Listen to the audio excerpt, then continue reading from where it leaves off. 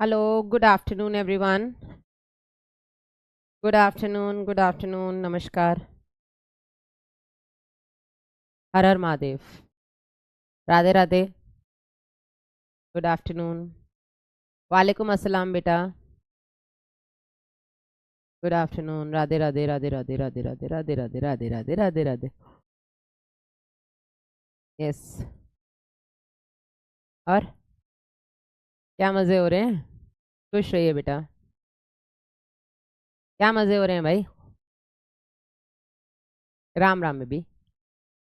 Last class last class में जो बंदेता वाला टॉपिक रह गया था वो आज अपलोड हो जाएगा. So just don't worry. छोटा सा टॉपिक है बंदेता. मुश्किल से आधा घंटा, मुश्किल से. चलिए. बढ़िया है.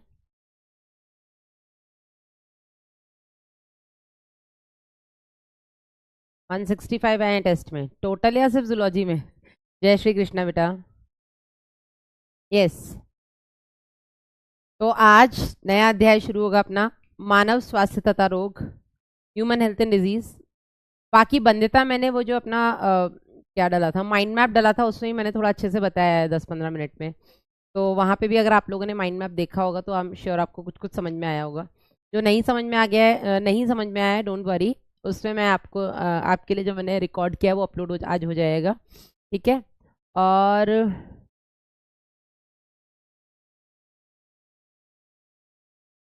चलिए, मानव स्वास्थ्य और रोग बेटा शुरू करते हैं.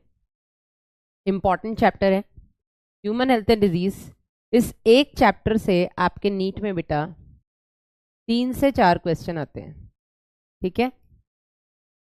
ह्यूमन हेल्थ एंड डिजीज, इस एक चैप्टर से बेटा नीट की जो हम बात करते हैं बेटा, नीट में यहां से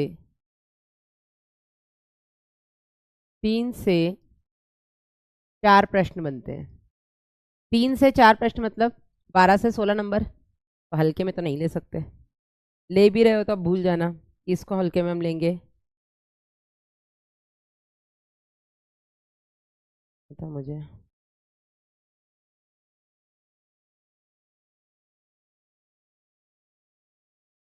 yes. 132, 151. Not good. Not good at all. एक मिनट रुक जाना बेटा स्टार्ट करने से पहले.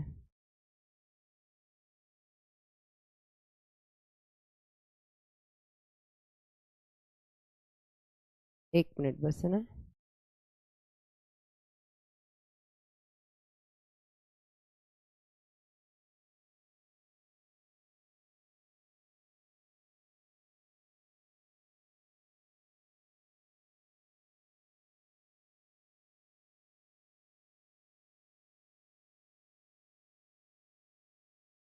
चलिए शुरू करते हैं बेटा.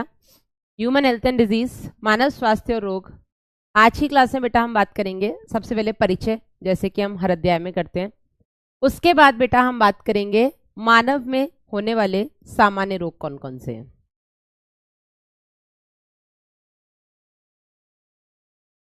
क्या बोल रहे हैं? कितना क्या छोड़ना है? क्या छोड़ना है भाई? 168. 168 कैसे है? हम्म. कितने पेज छोड़ने हैं? अच्छा, नोट्स के लिए कितने पेज छोड़ने हैं? 4 छोड़ दो मैक्सिमम. अब तुम्हारी डिपेंड करता है ना, नोटबुक छोटी है बड़ी है. तुम 4 पेज छोड़ दो. हमेशा 1-2 पेज एक्स्ट्रा भी छूट जाए तो कोई दिक्कत नहीं है. ठीक है ना. वैसे तो मेरे हिसाब से 2-3 में आराम से हो जाए, पर तुम 4 पेज छोड़ दो. ठीक है. वो बोल रहे थे कितने पेज छोड़ने हैं. हाँ, पेज कितने छोड़ने हैं? 4 छोड़ने हैं. ठीक है. टेलीग्राम ग्रुप का लिंक आज आप लोगों को मिल जाएगा. फोटो में की वजह से डिले हो रहा था, आज मैं फोटो भेज दूंगी तो आज मिल जाएगा. शुरू करते हैं बेटा. सबसे पहले परिचय. तो जैसा हमने पिछले अध्याय में देखा था आपके कौन से अध्याय में देखा, थोड़ी देर के लिए मैं चैट ऑफ करती हूँ आपका. ठीक है. अच्छा, 7 करोड़ के आज तो क्वेश्चंस पूछने हैं. ओहो, हम तो भूल ही गए थे. ऐसे कैसे भूल गए? यस. अध्याय बताओ कौन सा बोला गया था. सीटू आपको प्रणाम कर रही है, कृपया उसका जवाब दें. यस हाँ भैया, प्रणाम भैया, खुश रहिए। यस, कौन सा चैप्टर बोला था मैंने? प्राणियों में संरचनात्मक संगठन, स्ट्रक्चरल। मैम क्यों छोड़ना है? इसलिए छोड़ना है शुभम, क्योंकि पिछला अध्याय जो था अपना जनन स्वास्थ्य, उसका वो बंध्यता टॉपिक हमने शुरू ही किया था, तब तक कुछ नेटवर्क एरर की वजह से क्लास खत्म हो गया था। अच्छा, ह्यूमन रिप्रोडक्शन बोला था, ठीक है चलो, मानव जनन, हाँ ठीक है। तो उस बंध्यता वाले नोट्स आप लोग जो रिकॉर्डेड क्लास आएगी उससे लिखेंगे, उसके लिए पेज छोड़ने हैं। चलिए शुरू करते हैं बेटा, रेडी हैं सब लोग? पढ़ करके आए हैं मतलब? नाइस जब ऑफलाइन में ऐसा होता था ना कि टीचर बोलता था कि मैं मंडे को आऊंगी, मैं मानव जनन से क्वेश्चन पूछूंगी, तो पढ़ करके आना। तो क्लास में अगर 100-200 बच्चा बैठा है और उसमें से जब मैं मंडे को गई क्लास में, एक ने, मैंने पढ़ाना शुरू किया तो अगले ने बोला नहीं नहीं मैडम आपने तो बोला था आप पूछोगे क्वेश्चन, तो वो बोलते हैं ऑब्वियसली जो पढ़ के आए होते हैं, मैडम आपने तो बोला था आप क्वेश्चन पूछोगे। तो बाकी के जो नहीं पढ़ के आए होते हैं वो मन से उसको इतनी गालियां बकते हैं, इतनी गालियां बकते हैं कि मतलब तू ज्यादा टॉपर बन रहा है, तू पढ़ के आया है इसलिए, है ना, हम तो पढ़ के आए ही नहीं है। तो यहाँ पर भी ऐसा, वहां पर बस वो 200 होते हैं, यहाँ वो अभी अपने 10,000 बच्चे हैं, लाइव में तो 10,000 आ ही जाते हैं लगभग। तो जिन्होंने भी जो पढ़कर आए हैं और जिन्होंने मुझे याद दिलाया मैडम क्वेश्चन, है ना, आज तो मैम मैं 7 करोड़ लेकर रहूंगा, एक बच्चा बोल रहा है, तो उनको बेटा उनसे बहुत गालियां पड़ी होंगी जो नहीं पढ़ करके आए हैं, ठीक है ना या जिनको याद ही नहीं था कि अच्छा मैडम आपने पढ़ने के लिए बोला था क्या। हाँ, स्कूल में भी ऐसा होता है ना। चलिए, तो सबसे पहला क्वेश्चन आपकी स्क्रीन पर, अंडोत्सर्ग किस हार्मोन के अत्यधिक स्राव के कारण होता है? अंडोत्सर्ग, ओव्यूलेशन, किस हार्मोन के अत्यधिक स्राव के कारण होता है? 7 कचौड़ी मिलेंगी यस, पहला क्वेश्चन, अंडोत्सर्ग किस हार्मोन के अत्यधिक स्राव द्वारा होता है? LH, very good, LH surge होता है तो अंडोत्सर्ग होता है। अब ये पहला क्वेश्चन ही चल रहा है, पहले क्वेश्चन का सेकंड पार्ट है कि एलएच का अत्यधिक स्राव करवाने के पीछे जिम्मेदार हार्मोन का नाम बताइए।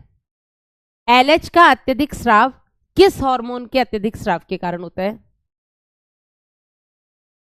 1.1 था वो, अब 1.2। एलएच सर्ज होता है तो अंडोत्सर्ग होता है, बहुत बढ़िया, बहुत ही ज्यादा बढ़िया, मतलब तालियां। लेकिन oestrogen, very good very good. अब तीसरा इसी का, हाँ वेरी गुड, इसी का 1.1 हो गया एलएच सर्ज जिसका आंसर, 1.2 जिसका आंसर एस्ट्रोजन आपने दिया है। अब पहले का ही तीसरा पार्ट है कि ये एस्ट्रोजन का स्राव कौन करते हैं, कहां से होता है? यस, एस्ट्रोजन का स्राव कहां से होता है, कौन करता है? जो एलएच का सर्च करवा रहे हैं ना, यस 3FSH है, बिल्कुल गलत कौन करवाता है? हाँ, FSH कराता है ना, very good very good very good. जो ग्राफियन पुटिका है उसके अंदर उपस्थित जो ग्रैनुलोसा सेल्स होते हैं, जो पुटिकी कोशिकाएं होती हैं, वो करवाती है। तो जो लोग FSH और GnRH बोल रहे हैं ना बेटा, 7 करोड़ में तुम पहला करो तो यहीं आ गए, है ना, तो तुम भूल जाओ आज तुम्हें 7 करोड़ मिलने वाला है। तो जो बोल रहा था आज तो मैं 7 करोड़ लेकर रहूंगा, मैं इतने अच्छे से 4 बार रिवाइज करके आया हूँ, तो बेटा तुम्हारे अरमानों पर और तुम्हारे सपनों पर उन्होंने पानी फेर दिया, जो ना पढ़ के आए थे ना उन्हें पता था कि पढ़ना क्या है ना। चलिए, बट कोई बात नहीं, एक्चुअली देखो 7 करोड़ तो मजाक की बात है। मेन पर्पस इन क्वेश्चंस का अपना केवल एक है कि आप लोग चैप्टर को समय समय पर हमारे साथ साथ रिवाइज करते रहे, that is the only purpose. Yes, Graafian पुटिका की कोशिकाएं, बिल्कुल सही है, ठीक है। तो पहला क्वेश्चन, हमने पहले क्वेश्चन में आपके 3 कंसेप्ट्स रिवाइज कर लिए। सबसे एक्चुअल में हमने इसमें ना पूरी आपकी मेंस्ट्रुअल साइकिल रिवाइज कर ली। सबसे पहला था अंडोत्सर्ग कौन कराता है, जिसका आंसर था आपका एलएच। एलएच किसकी वजह से बेटा आता है? तो एलएच आता है एस्ट्रोजन के अत्यधिक स्राव से, और एस्ट्रोजन का स्राव कहाँ से होता है? तो जो ग्राफियन पुटिका है उसकी कोशिकाओं, यानी जो ग्रैनुलोसा सेल्स होते हैं, पुटिकी कोशिकाएं आप बोल सकते हैं, उससे एस्ट्रोजन का स्राव होता है, ठीक है, वेरी गुड। ये हो गया आपका पहला क्वेश्चन। सेकंड क्वेश्चन बेटा, 6 करोड़ तो मिलना चाहिए चलो, आगे बढ़ते हैं। सेकंड क्वेश्चन, ऐसे कौन से हार्मोन है, क्वेश्चन ध्यान से सुनना, उन सभी हार्मोन्स के नाम बताइए जो अपरा द्वारा स्रावित होते हैं केवल गर्भावधि में या प्रेगनेंसी के दौरान। दोबारा I am repeating my question, उन सभी हार्मोन्स के नाम बताइए जो अपरा द्वारा स्रावित होते हैं केवल और केवल गर्भावधि या प्रेगनेंसी के दौरान। यस, 150 रुपया देगा, 150 तो दे देगा। HCG, HPL, ले दूसरा करोड़ भी तुम्हारा गया। आई एम सो सॉरी बेटा यार। हाँ, बच्चे यहाँ पे लिख रहे हैं एस्ट्रोजन प्रोजेस्टेरॉन, ऐसा चांटा दूंगी ना। मेरा क्वेश्चन तुमने ध्यान से कितना, ऐसा नहीं है सारे बच्चे गलत नहीं लिख रहे हैं, बहुत सारे बच्चे सही आंसर भी लिख रहे हैं कि मैम HCG एंड HPL बिल्कुल सही है, human chorionic gonadotropin and human placental lactogen. ठीक है, केवल ये दो ऐसे हार्मोन है। एक बच्चा देखो यहाँ पे रिलैक्सिन भी लिख रहा है, जो रिलैक्सिन लिख रहा है बेटा वो भी गलत है। मैंने क्वेश्चन पूछा ऐसा कौन सा हार्मोन है जो केवल और केवल गर्भावधि द्वारा अपरा से स्रावित होता है। तो बेटा यहाँ पे मैं बता दूं आपको कि एस्ट्रोजन और प्रोजेस्टेरॉन तो नॉर्मली भी आपके स्रावित होते हैं ना, केवल और केवल प्रेगनेंसी के दौरान निकलने वाले हार्मोन्स हैं HCG, HPL और रिलैक्सिन, जिसमें HCG और HPL जो होता है ये आपके What happened? What are you doing? What are you doing? Why? Come down. जिसमें HCG एंड HPL बेटा आपके अपरा द्वारा और रिलैक्सिन आपके अंडाशय ओवरी द्वारा स्रावित होता है। बताया था या नहीं बताया था? ठीक है ना, 2 क्वेश्चन अपने डन। तीसरा क्वेश्चन, साइड हो जाओ। तीसरा क्वेश्चन, लेडिक कोशिकाएं ICSH या LH हार्मोन के कहने पर या LH हार्मोन द्वारा किसका स्राव करती हैं? ठीक है, दोबारा से हम रिपीटिंग, खत्म। दोबारा से हम रिपीटिंग कि आपके अग्रपीयूष ग्रंथि से आने वाला LH, जिसको हम ICSH बोलते हैं इन केस ऑफ मेल्स, वो लेडिक कोशिकाओं से किसका स्राव करवाती है? बिल्कुल सही, एंड्रोजन। ठीक है, 3.1 था ये आपका। अब थर्ड क्वेश्चन का सेकंड पार्ट इज, ये एंड्रोजन किससे जाकर के जुड़ता है? बिल्कुल सही है, एंड्रोजन, जिसमें प्रमुख एंड्रोजन है आपका टेस्टोस्टेरोन, बिल्कुल सही है। ये एंड्रोजन किससे जाकर के जुड़ता है? हाँ, क्या कराता है ये एंड्रोजन? ये जो एंड्रोजन और टेस्टोस्टेरोन निकला है ये करता क्या है?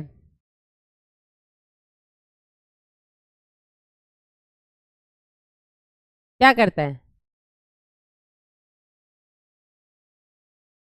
एबीपी, एबीपी, कुछ कुछ कुछ कुछ कुछ कुछ बच्चे जा रहे हैं, कुछ कुछ बच्चे उसके तरफ जा रहे हैं। सर्टोली कोशिकाओं द्वारा निकलता है एबीपी, एंड्रोजन बाइंडिंग प्रोटीन। ये जाकर के सर्टोली कोशिकाओं से जुड़ते हैं और ये शुक्र जनन करवाते हैं, स्पर्मेटोजेनेसिस करवाते हैं। बिल्कुल सही, ठीक है, एक में काफी सही रहे हो, काफी सही। चलिए, 3 क्वेश्चंस हो गए अपने, 3 करोड़ में। इसमें मान सकते हैं कि ठीक है आपने एक सही दिया है, 2 तो तुमने मतलब बंटा धारी कर दिया। Next question number 4। चलिए, मुझे फीटल इजेक्शन रिफ्लेक्स, भ्रूण उत्क्षेपण प्रतिवर्त किसके द्वारा आता है? फीटल इजेक्शन रिफ्लेक्स,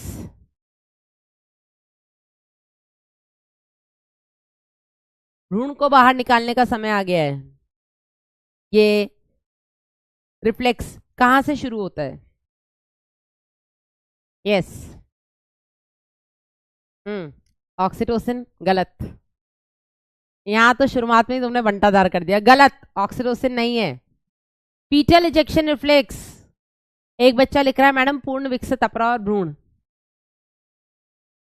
पास हो, एग्जैक्टली आंसर ये नहीं है। प्लेसेंटा,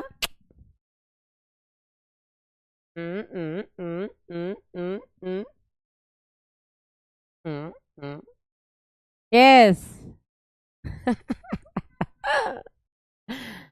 क्यों पैसा पैसा करती है, क्यों पैसे पे तू मरती है, डिंग डिंग डिंग डिंग। क्या कर रहे हो यार तुम लोग, क्या कर रहे हो यार। हाँ, डिंग डिंग। हाँ, देखो, याद करो मैंने क्या बताया था। हाँ, मैंने बोला था कि जैसे ही अपरा और भ्रूण पूरी तरीके से विकसित हो जाते हैं, वैसे ही गर्भाशयी संकुचन शुरू होता है। आया नहीं? यस, मायोमेट्रियम का संकुचन शुरू होता है। ये गर्भाशयी संकुचन को हम बोलते हैं भ्रूण उत्क्षेपण प्रतिवर्त। और जैसे ही गर्भाशय संकुचन शुरू होता है, तब जाता है मैसेज आपके माँ के हाइपोथैलेमस, जिसके कहने पर पश्चपीयूष ग्रंथि से निकलता है ऑक्सीटोसिन, और ऑक्सीटोसिन आकर के इस गर्भाशय संकुचन को और बढ़ाता है। जितना ज्यादा गर्भाशय संकुचन बढ़ता है, उतना ज्यादा ऑक्सीटोसिन निकलता है। जितना ज्यादा ऑक्सीटोसिन आता है, उतना ज्यादा गर्भाशय संकुचन होता है। बताया था कि नहीं? आया नहीं? लेकिन हम ये मानते हैं कि भ्रूण उत्क्षेपण जो प्रतिवर्त है, उसकी शुरुआत कहाँ से होती है? उसकी शुरुआत होती है जब पूर्ण विकसित अपरा और पूर्ण विकसित भ्रूण हो जाते हैं, तब।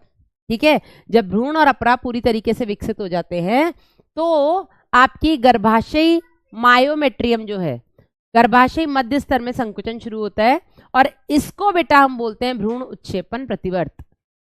फीटल क्या बोलते हैं उत्क्षेपण यार, मैं फीटल इजेक्शन रिफ्लेक्स। ठीक है ना? और जैसे ही बेटा ये संकुचन शुरू होता है, तब आपके माता के पश्चपीयूष ग्रंथि से ऑक्सीटोसिन आता है। ये ऑक्सीटोसिन आकर के बेटा गर्भाशय संकुचन कराता है, गर्भाशय संकुचन और ऑक्सीटोसिन निकलवाता है, और ये साइकिल तब तक चलती है जब तक कि बच्चा एक्सपल्ड ना हो जाए, बाहर ना आ जाए, प्रसव ना हो जाए।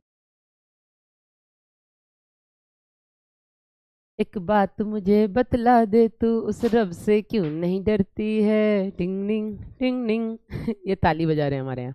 चलिए आगे बढ़ते हैं।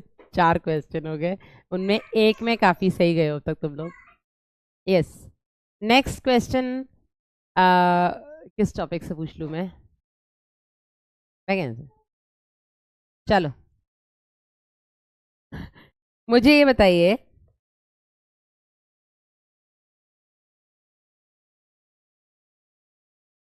क्या होगा यदि,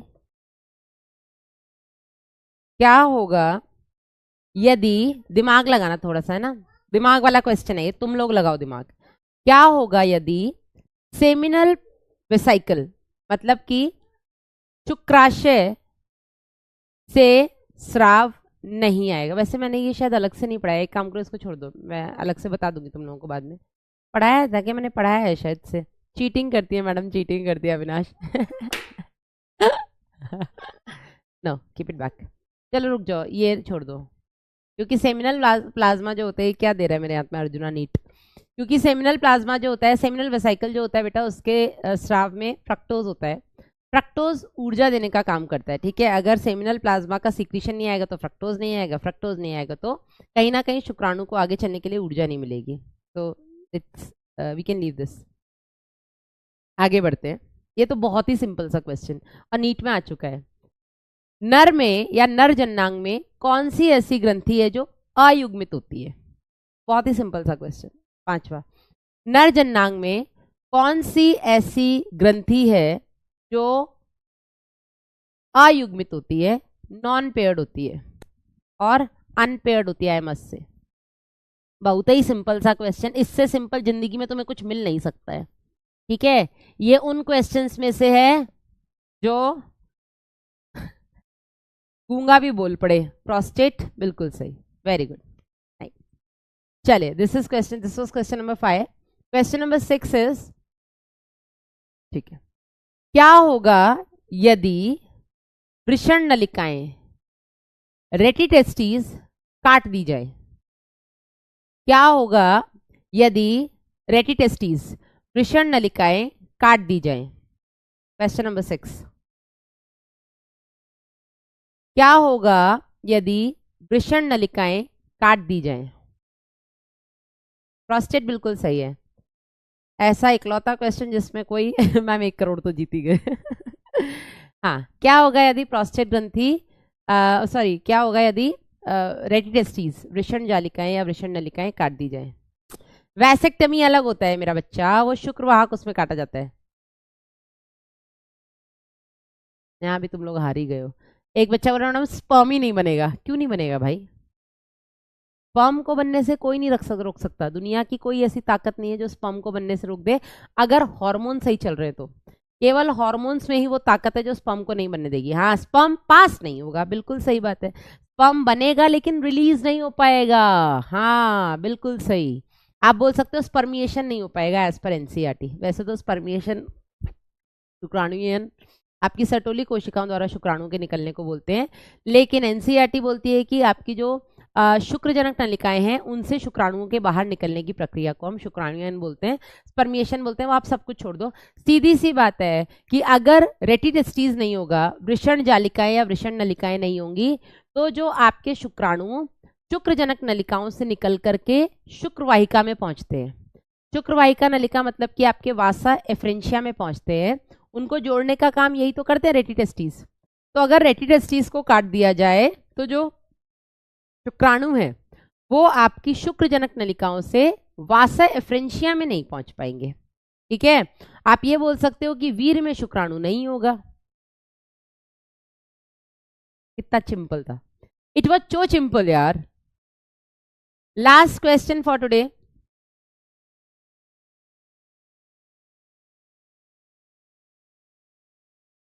नेबेनकन क्या होता है? Last question. स्पर्म बाहर नहीं निकलेगा कृष्णा, अब तो ठीक है। Last question for today, Nebenkern क्या होता है? मैडम आप बहुत तेज हो। हाँ तो तुम्हें लगता है कि तुम जैसे बना जाएंगे मुझे? मैं तुम जैसों को बना बना के चली हूँ इतने सालों में है। सिंपल है। एक बच्चा, मैडम आप पागल है। हाँ, तो अगर ये पागलपन है तो पागलपन ही सही। आई लव दिस पागलपन यार। हाँ, नेबनकन क्या होता है? एक बच्चा बोल रहा है मैडम, एक बच्चा नहीं कई सारे बच्चे बोल रहे हैं मैडम माइटोकॉन्ड्रिया होता है। मेरा बाबू, मेरे सोना, मेरे लाल, माइटोकॉन्ड्रिया नहीं होता है। यस राइट, कुछ बच्चे लिख रहे हैं शुक्राणु के मध्य भाग में, मिडिल पीस में जो माइटोकॉन्ड्रिया हैं उनका स्पाइरल अरेंजमेंट जो होता है उसको बेटा हम नेबेनकन बोलते हैं। केवल माइटोकॉन्ड्रिया को नेबेनकन नहीं बोला जाता है। माइटोकॉन्ड्रिया के स्पाइरल अरेंजमेंट, वो जिस तरीके से अरेंज होते हैं, व्यवस्थित होते हैं, उसको बेटा हम बोलते हैं नेबेनकन। ठीक है ना? What happened? चलिए, आइसक्रीम यस। चलिए अब शुरू कर दें। तो 7 करोड़ में से तुम्हें भी पता तुम कितना ही जीत पाए हो, बट या आई लव्ड इट। ठीक है, मुझे बहुत मजा आता है ये क्विज करा के। टाइम का थोड़ा शॉर्टेज रहता है कि यार सिलेबस भी खत्म करना है, क्योंकि जब क्विज कराते हैं तो समय बहुत लग जाता है, बट ठीक है, मजा आया। यस, शुरू करें फिर हम अपना।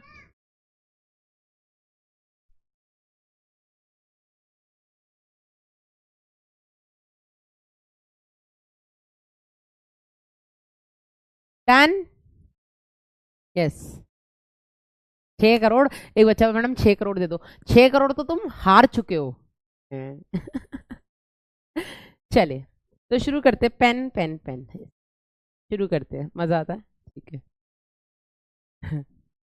सबसे पहले बेटा, होता क्या है स्वास्थ्य? ठीक है, चैप्टर का नाम है ह्यूमन हेल्थ एंड डिजीज, तो पहले हम बात करेंगे हेल्थ की, मतलब कि स्वास्थ्य की। तो इसके बारे में बेटा हमने पिछले अध्याय में भी बात किया था कि एज पर WHO, विश्व स्वास्थ्य संगठन के अनुसार,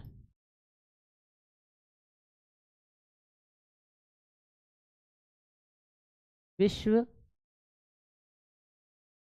स्वास्थ्य संगठन, जिसे हम बोलेंगे world health organisation, in short we call it as WHO,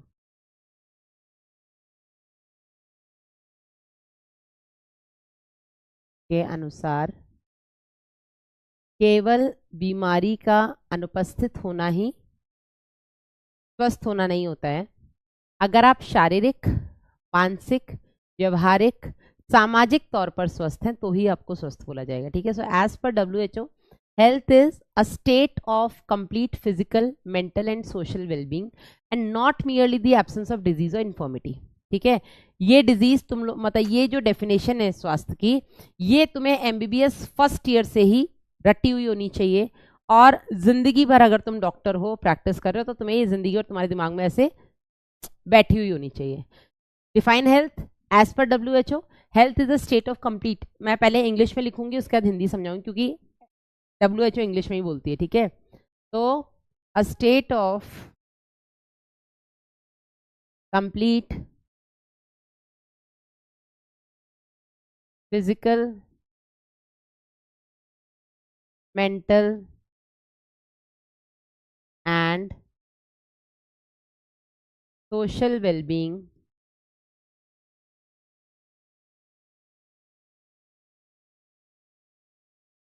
not merely the absence of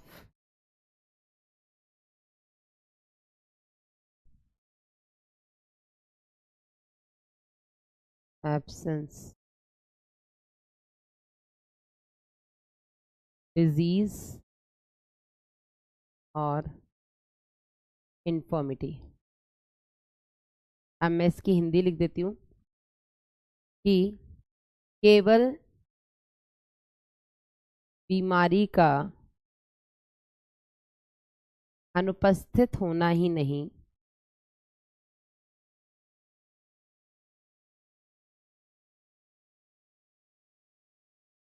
बल्कि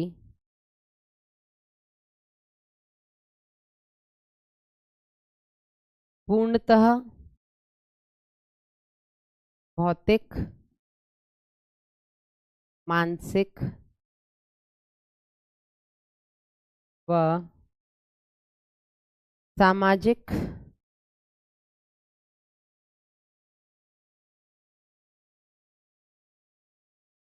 रूप से सही होने की अवस्था। मतलब अगर आपको ये लगता है कि हमें तो कोई बीमारी नहीं है, मतलब हम हेल्दी हैं, नहीं, WHO इसको हेल्दी नहीं बोलता है। मतलब आपने सुना होगा ना पहले, अभी भी खैर है ऐसा, कोई बहुत मोटा है ना, तो सुना होगा, आप लोगों ने भी बोला ही होगा अपने दोस्तों में, क्योंकि अपन थोड़ा दोस्तों की बुराई मुंह पे नहीं करते, कहेगा यार मैं मोटी हूँ, अरे नहीं नहीं तू तो हेल्दी है। तो मोटापा is not at all healthy भाई। गया वो जमाना जब ऐसा होता था कि अगर कोई मोटा है तो बोलते थे ये खाते पीते घर का है, कोई पतला है तो बोलते थे इसको खाने को नहीं मिलता है, गया वो जमाना। आज की डेट में जो मोटा है वो गमार है। गमार इन द सेंस, इसको ये नहीं पता क्या खाना चाहिए क्या नहीं खाना चाहिए, उल्टा सीधा खाता होगा, पक्का ये टाइम बे टाइम खाता होगा, इसलिए मोटापा इज, ये मोटा है। एंड मोटापा इज अ बीमारी एक्चुअली, इट इज ओबेसिटी। ठीक है ना, मोटापे को हम बोलते हैं ओबेसिटी, और ओबेसिटी बेटा एक बीमारी है। ठीक है ना मैम, 198 वाला क्वेश्चन रॉन्ग है टेस्ट में, क्या रॉन्ग है बेटा? Yes, you want more, take this and you can get sleep now, okay, finish this। तो ये लिख लीजिएगा जल्दी से, केवल बीमारी का नहीं होना। अब आपको क्या पता बीमारी है या नहीं है, बीमारी अंदर है ना, तभी तो मोटापा है। ठीक है ना, तो केवल बीमारी का नहीं होना is not at all healthy. इसका ये मतलब नहीं कि आप स्वस्थ हैं, बल्कि अगर आप दिखने में स्वस्थ हैं, ठीक है, आप मानसिक रूप में स्वस्थ हैं और आप सामाजिक तौर पे स्वस्थ हैं, तभी आपको स्वस्थ की परिभाषा या आपको स्वस्थ माना जाएगा, ऐसा WHO बोलती है। ठीक है मैम, आप भी बीमार हो? बिल्कुल दीपक, मैं तो बीमार हूँ यार, मैं तो बिल्कुल, मेरा ही वजन बढ़ा हुआ है, मैं बीमारी हूँ, मैं तो अपने आप को बीमारी बोलती हूँ। मैंने मैंने कहीं बोला नहीं मैं बहुत हेल्दी हूँ, नहीं, मैं तो नहीं बोलती, because I know I am obese. Obese नहीं हूँ एक्चुअली, मैं ओबीज नहीं हूँ, जैसे बोलते हैं ना हाइट और क्या होता है, हाइट और एज के हिसाब से जो वो होनी चाहिए, कितनी जो वेट होना चाहिए, उसके हिसाब से मेरा केवल 3 किलो बढ़ा हुआ है अभी, 2 से 3 किलो। तो मैं ओबीस तो नहीं हूँ, हाँ, लेकिन मुझे जितना होना चाहिए उतना नहीं हूँ, और मैं उतना हो नहीं पा रही हूँ यार। इस औलाद के चक्कर में मैं सोचूं कि निकल जाऊं घूमने के लिए, तो इस औलाद को कहाँ लेकर जाऊं, और इन्हें साथ में लेकर जाओ तो फिर इन्हीं को देखते रह जाओ, वो वाली बात है। ठीक है, चलिए। फिर तो कोई भी हेल्दी नहीं है, ऐसा नहीं है मोयल, ऐसा नहीं है, बहुत लोग हेल्दी हैं, बहुत लोग हेल्दी हैं। ठीक है, चलिए। यस, जो आपका बेसल मेटाबॉलिक इंडेक्स होता है, बीएमआई, बेटा डिफाइन करता है कि आप हेल्दी हैं या नहीं, उससे मतलब आपको पता लग जाता है। ठीक है। हम्म, done.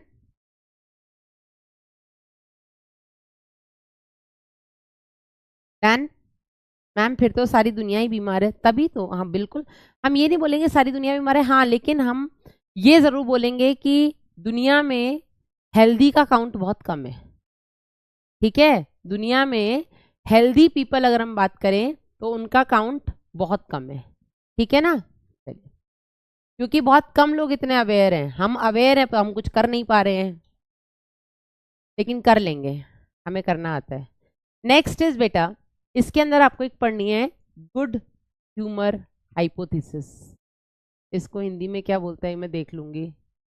Good humour, HOMOUR, hypothesis, इसको हिंदी में क्या कहते हैं, एक मिनट रुक जाना, ठीक है ना। हम्म, देह के कुछ तरलों का संतुलन बना रहना।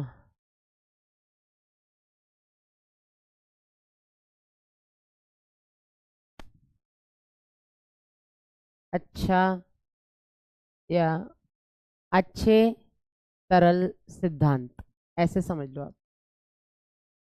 हाइपोथेसिस को हम सिद्धांत तो नहीं, परिकल्पना बोलेंगे आई गेस। इसको हम परिकल्पना बोलेंगे, हाइपोथेसिस को शायद से परिकल्पना बोलते हैं, सिद्धांत तो आपकी थ्योरी हो गई ना। ठीक है। गुड ह्यूमर हाइपोथेसिस बेटा, जैसे आज की डेट में तो हमारे पास दुनिया भर के मेथड्स हैं, दुनिया भर के डिवाइसेस हैं जिनसे हम ये पता कर सकते हैं कि कौन सी बीमारी है कौन सी नहीं है, लेकिन पहले ऐसा नहीं होता था। तो जो पुराने जो ग्रीक साइंटिस्ट हैं, ठीक है, ग्रीक साइंटिस्ट, और हम इसमें लिखेंगे अर्ली ग्रीक साइंटिस्ट जो थे, ठीक है, भारतीय आयुर्वेदा तंत्र हो गया, जो ये तो आज भी मानते हैं, खैर भारतीय आयुर्वेद का जो सिस्टम है, ठीक है, आदि ऐसा मानते थे कि हमारे शरीर में 4 तरल बने होते हैं, ठीक है, या शरीर 4 तरल का बना होता है, 4 तरलों का बना होता है। कौन कौन से हैं बेटा ये 4 तरल? ये 4 तरल होते हैं आपके, सबसे पहले ब्लड, ठीक है, ये 4 तरल में सबसे पहला तरल हो गया आपका रक्त, ठीक है, जिसको हम बोलेंगे ब्लड। दूसरा होता है बेटा आपका येलो बाइल, पीला पित्त, इसको हम बोलेंगे पीला पित्त, येलो बाइल। फिर होता है बेटा आपका ब्लैक बाइल, जिसको हम बोलेंगे काला पित्त, यस, या ब्लैक बाइल। और चौथा होता है बेटा आपका फ्लेम, या कफ। कफ को क्या बोलते हैं हिंदी में? फ्लेम या कफ। ठीक है, ऐसा माना जाता है कि हमारे शरीर में ये 4 तरल पाए जाते हैं, ठीक है, या हमारा शरीर जो है इन 4 तरलों का बना हुआ है, जिसमें जो काला पित्त है बेटा, ऐसा माना जाता था कि यदि किसी व्यक्ति में काला पित्त है, जिसका मतलब उसकी हॉट पर्सनालिटी होगी, ठीक है, वो गरम मिजाज का होगा, ऐसा माना जाता था कि ये गरम मिजाज का होगा, ठीक है, और इसे हमेशा बुखार रहेगा, ठीक है, इसका शरीर ताप हमेशा बढ़ा हुआ रहेगा, तो इनको हम बोलते थे कि ये हॉट पर्सनैलिटी वाले लोग हैं, ठीक है, ये गरम मिजाज वाले लोग हैं, और इनको हमेशा, क्योंकि शरीर का ताप बढ़ा रहेगा तो इनको हमेशा बुखार रहेगा, ये हमेशा फीवरिश रहेंगे, ऐसा माना जाता था। नीट 2024 का क्वेश्चन है, 1 मिनट ये लिख लो जल्दी से।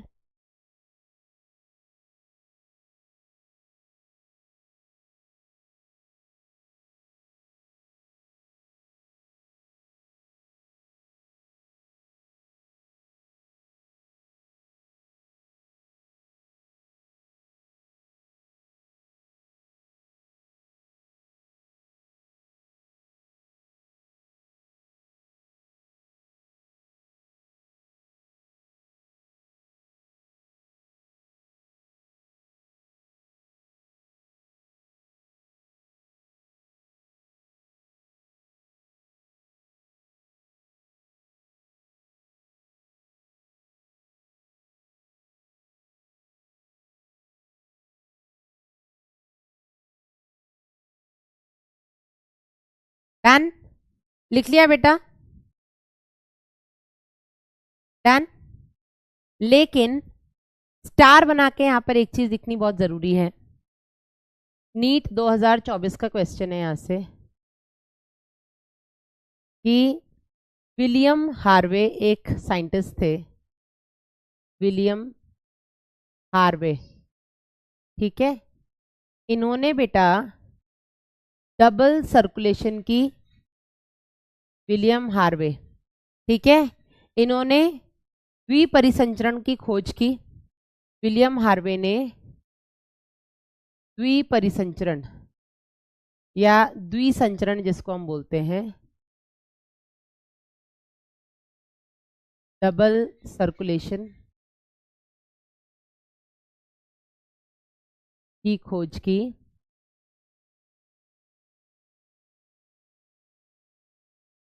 और गुड ह्यूमर हाइपोथेसिस को खारिज किया, ठीक है।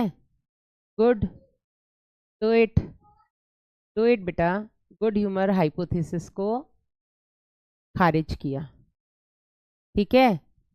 थर्मामीटर की खोज हुई और थर्मामीटर की खोज से ये पता लगा बेटा कि किसी का देह तरल कुछ भी हो, थर्मोमीटर की खोज हुई और थर्मोमीटर से बेटा सभी का ताप बराबर आया, ठीक है। आयुर्वेदा जिसको बोलता है कि ये येलो बाइल है इसमें, या इसमें ब्लैक बाइल ज़्यादा है, या इसमें ब्लड ज़्यादा है, या इसमें कफ ज़्यादा है, तो आयुर्वेदा आज भी उस चीज़ को मानता है। लेकिन विलियम हार्वे ने थर्मोमीटर की खोज से सभी का तापमान नापा और जितना तापमान येलो बाइल वाले का था शरीर का, उतना ही तापमान ब्लैक बाइल वाले का भी निकला। और इससे इन्होंने ये बोला कि गुड ह्यूमर हाइपोथेसिस नाम की कोई चीज नहीं होती है, सबका तरल कुछ भी हो, सबका शरीर ताप बराबर होता है, वो गर्म मिजाज वाले अलग से ऐसे नहीं होते हैं, ठीक है। हाँ,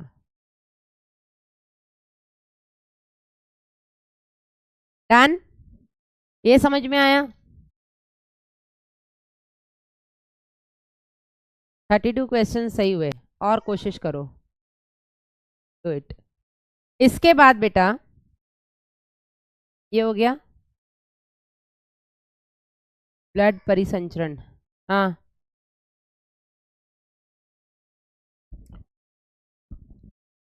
ये लिख लो जल्दी से।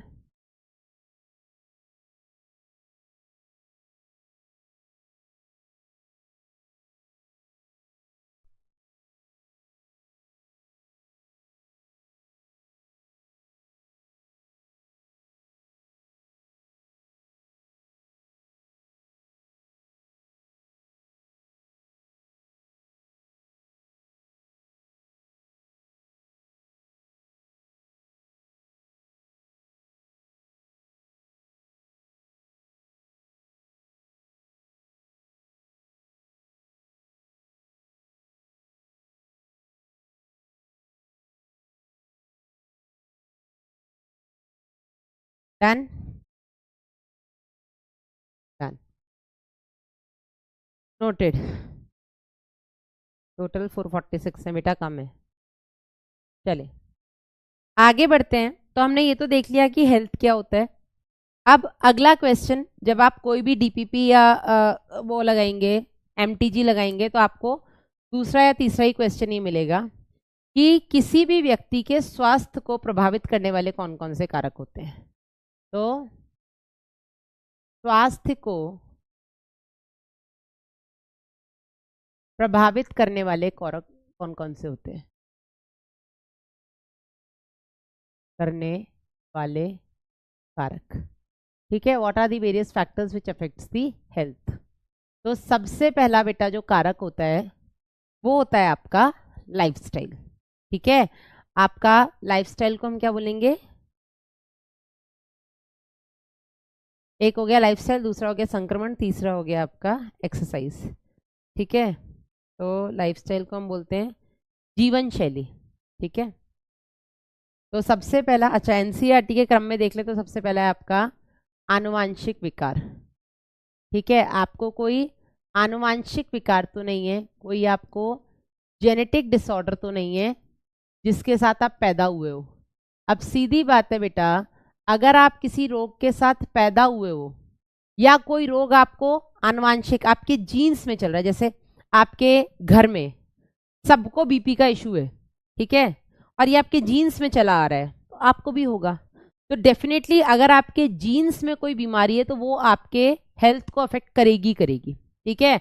अगर आपके जीन्स में थायराइड चला रहा है ना, दादाजी को थायराइड था, इधर पापा को भी थायराइड है, इधर तो मम्मी को भी थायराइड है, फिर अपने आप में भी थायराइड होने की संभावना बढ़ जाती है, ठीक है। तो सबसे पहला बेटा कारक जो आपकी हेल्थ को अफेक्ट करता है वो है आपके आनुवांशिक विकार या आपके जीन्स, ठीक है। सबसे पहला जीन्स आपके हेल्थ को अफेक्ट करते हैं। डेफिनेटली आप वैसे ही होगे ना जैसे आपके जीन्स होंगे, ठीक है। हालांकि लंबा दिखना, छोटा दिखना ये हेल्थ के उसमें नहीं आता है, लेकिन हाँ हम ये तो बोल सकते हैं ना कि अगर आपके जीन्स में किसी की हाइट छोटी छोटी छोटी छोटी चली आ रही तो डेफिनेटली आपकी हाइट के छोटी होने की संभावना ज्यादा है। मैंने फिर बोला संभावना ज्यादा है, क्योंकि हो सकता है किसी के अंदर लंबी हाइट का जीन्स जो रिसेसिव फेज में पड़ा हो, वो हो सकता है आपके अंदर प्रभावी हो जाए, डोमिनेट कर जाए, तो आपकी हाइट लंबी भी हो सकती है। लेकिन कहीं ना कहीं जीन्स बेटा आपके शरीर के हर एक कारक के लिए रिस्पॉन्सिबल, आपके शरीर के हर एक कैरेक्टर के लिए, लक्षण के लिए रिस्पॉन्सिबल है। इसी तरीके से बेटा जीन्स आपके रोगों के लिए भी रिस्पॉन्सिबल है। कई सारे ऐसे रोग हैं जो जेनेटिक्स हेरिडिटी चलते हैं, ठीक है ना, एक पीढ़ी में, दूसरी पीढ़ी, तीसरी पीढ़ी, चौथी पीढ़ी, तो उस पीढ़ी में चलते ही रहते हैं, ठीक है ना। तो आनुवांशिक विकार सबसे पहला ऐसा कारक है जो आपके स्वास्थ्य को प्रभावित करता है।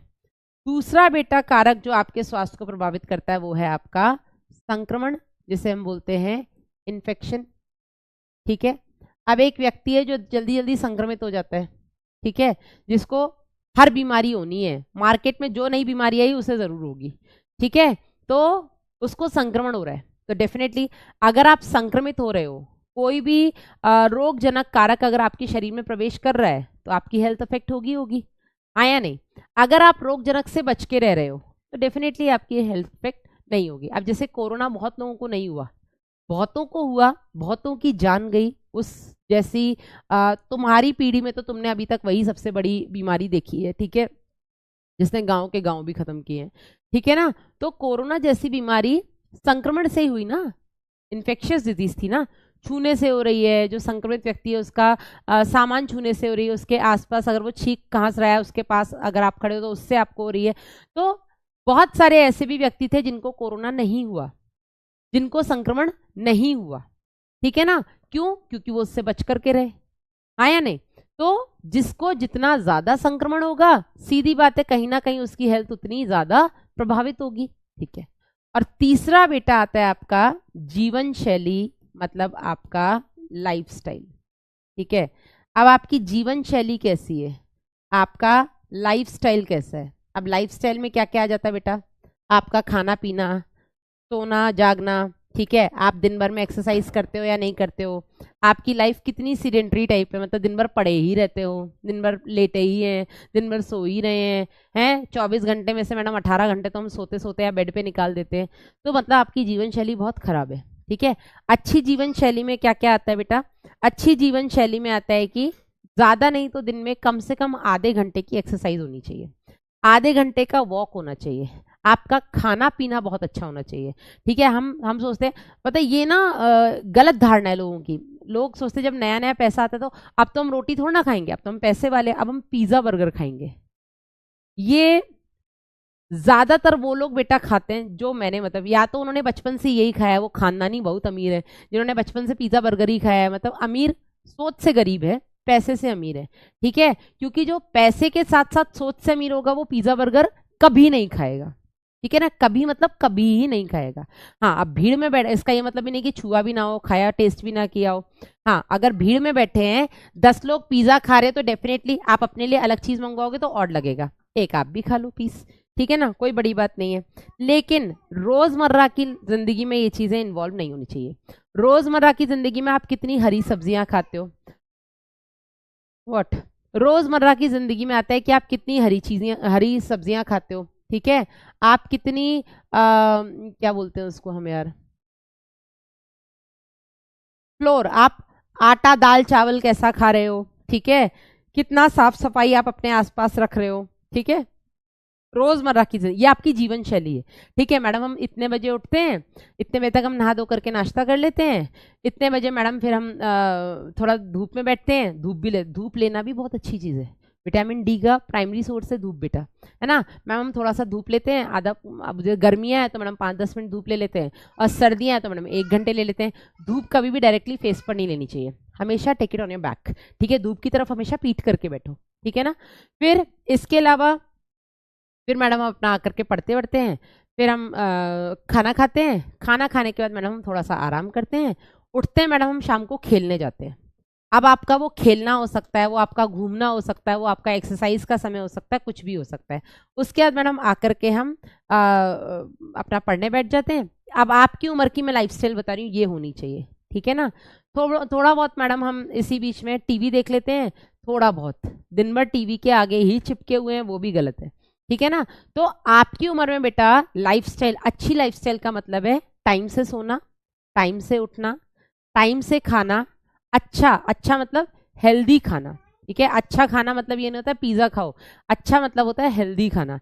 हेल्दी खाना, दाल डेली खानी है, जो लोग वेजिटेरियन है स्पेशली उन लोगों को प्रोटीन की हमेशा डिफिशियंसी रहती है, क्योंकि हम लोग चिकन विकन तो खाते नहीं है। दाल खानी तो एटलीस्ट डेली आपके रूटीन में जो भी आपका डेली का मील है उसमें एक टाइम प्रॉपर प्रोटीन होना चाहिए, दाल होनी चाहिए। ठीक है, हरी सब्जियां होनी चाहिए, चावल खा रहे हो रोटी खा रहे हो हार्डली मैटर्स। ठीक है, खाओ।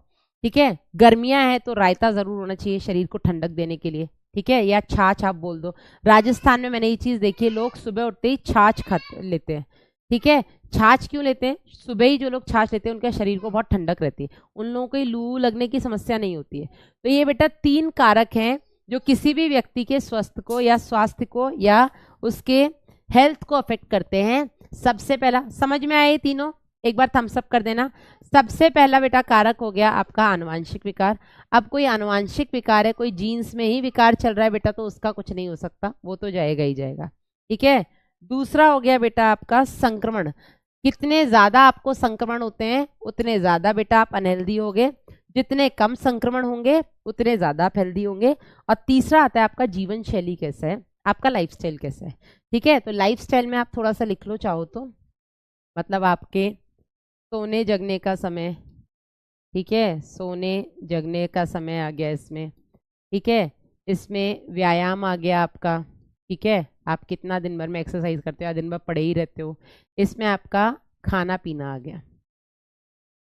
ठीक है, ये सब बेटा आपके लाइफस्टाइल में आता है।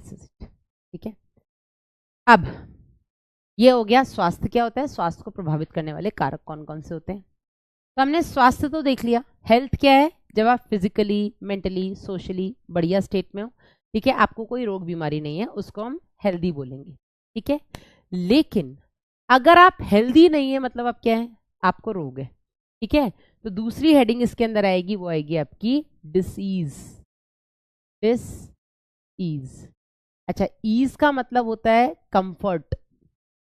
कंफर्ट मतलब आराम।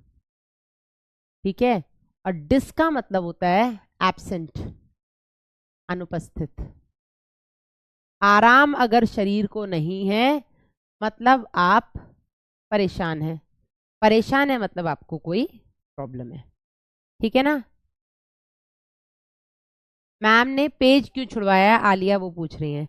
आलिया मेरा बच्चा, मैंने पेज इसलिए छुड़वाया है क्योंकि बंदिता वाला आपका जो टॉपिक है पिछले चैप्टर का वो रह गया था, because of network error, class खत्म हो गई थी, तो उसका रिकॉर्डेड सेक्शन बेटा आप लोगों को मिलेगा, इस वजह से बेटा आपका मैंने वो पेज छुड़वाया था ताकि आप नोट्स वहां पर बना सकें। मैम सोने का क्या समय होना चाहिए, अब देखो बेटा हर किसी के सोने का समय अलग होता है। अब यहाँ पे सोने के समय से ही मतलब नहीं कि डेली तुम जाके 10 बजे सो जाओ, सुबह 4 बजे उठ जाओ, नहीं। सोने के समय से बेटा मतलब ये होता है कि 24 घंटे में कम से कम आप 7 से 8 घंटे की नींद तो ले, ठीक है ना। सोने जगने के समय से मतलब है यहाँ पर, क्योंकि देखो हर बच्चे का पढ़ने का समय अलग होता है, सबका घर की परिस्थितियां अलग होती हैं। हो सकता है कोई दिन में पढ़ ही ना पाए, उसके घर में हमेशा चै चै पे लगी रहती, बच्चे हैं, आना जाना लगा है, कुछ भी कारण हो सकता है, ठीक है। तो आपके सोने जगने का समय बेटा आपके घर की परिस्थितियों के हिसाब से हो सकता है। बस ओवरऑल ये कि नॉर्मल कंडीशन में, नॉर्मल मतलब जो आपके कोई एग्जाम्स नहीं है, कुछ नहीं है, उस टाइम पर आप कम से कम 7 से 8 घंटे की नींद लें, ठीक है। क्योंकि कई बार एग्जाम टाइम पे हम 4-5 घंटे की नींद ले पाते हैं, वो भी नहीं ले पाते हैं, तो वो गलत हो जाता है, ठीक है। कभी कभी लेने में कोई दिक्कत नहीं है, रेगुलर आपका रूटीन नहीं बनना चाहिए। अब रोग कितने प्रकार के होते हैं बेटा, तो रोग आपके 2 प्रकार के होते हैं। रोग जो होते हैं आपके ये 2 प्रकार के होते हैं।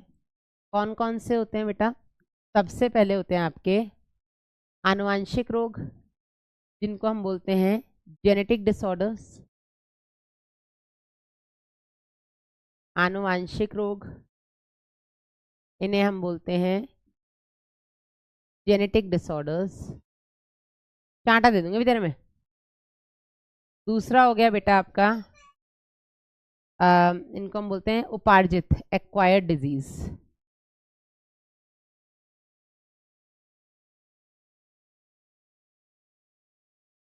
ठीक है, उपार्जित रोग। अब जो उपार्जित, अच्छा आनुवांशिक रोग क्या होते हैं बेटा, जो जन्म से प्रेजेंट होते हैं या जन्म से पाए जाते हैं,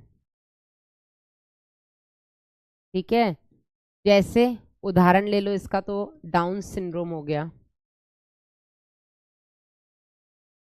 क्लेनफिल्टर सिंड्रोम हो गया, ये आपके आनुवांशिक रोग है, ठीक है, ये आपके जेनेटिक डिसऑर्डर्स है। दूसरा बेटा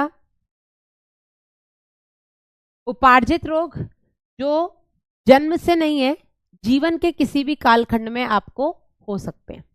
अब उपार्जित रोग बेटा 2 प्रकार के होते हैं, कौन कौन से, एक तो हो गई आपके संक्रमित रोग,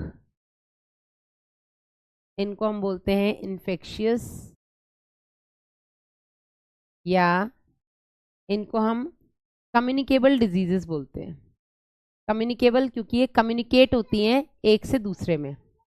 दूसरी हो गई बेटा आपकी असंक्रमित रोग, वेट, असंक्रमित रोग, इन्हें हम बोलेंगे यस नॉन इन्फेक्शियस या नॉन कम्युनिकेबल।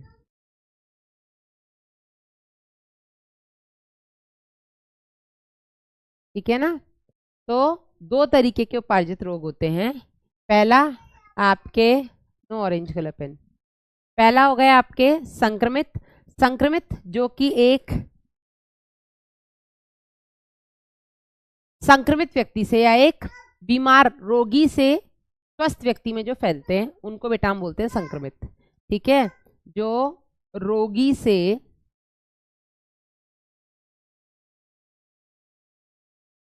स्वस्थ व्यक्ति में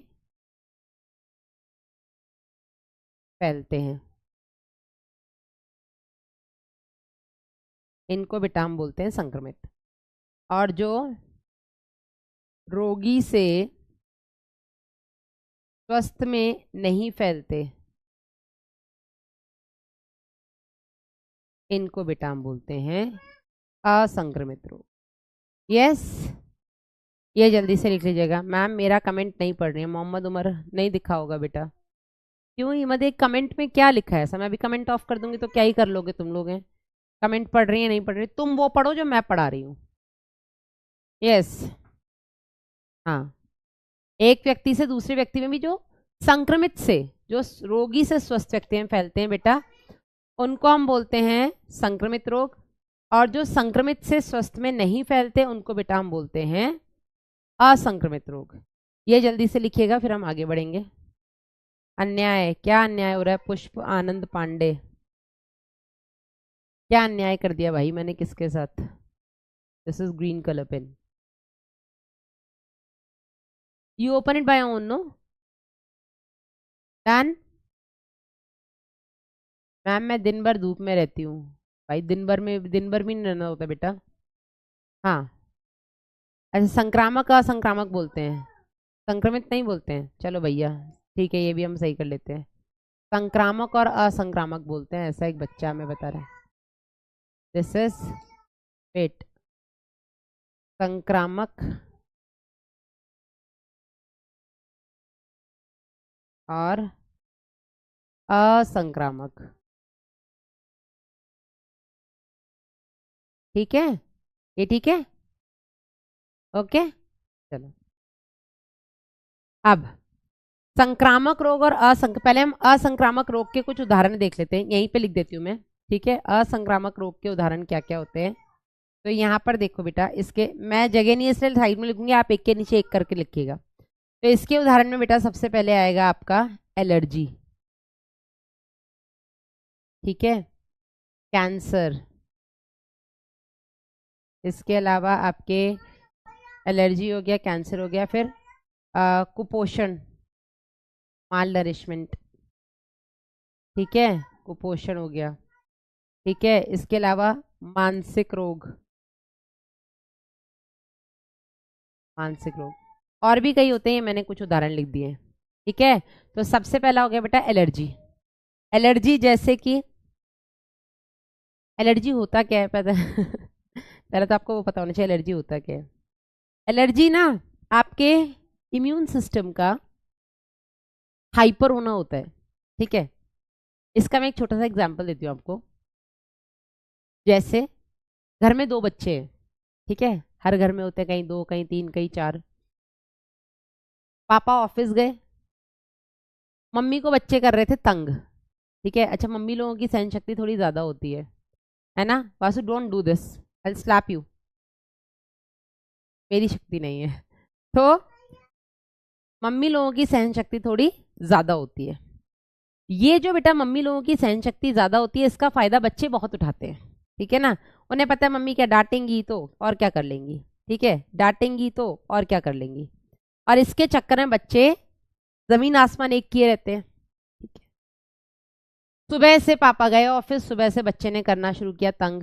ठीक है, दोपहर होते होते होते होते शाम होते होते, मतलब रात होते होते वो हालत हो गई कि मम्मी से ना हुआ कंट्रोल, और मम्मी ने चारों को एक एक चांटा जड़ दिया।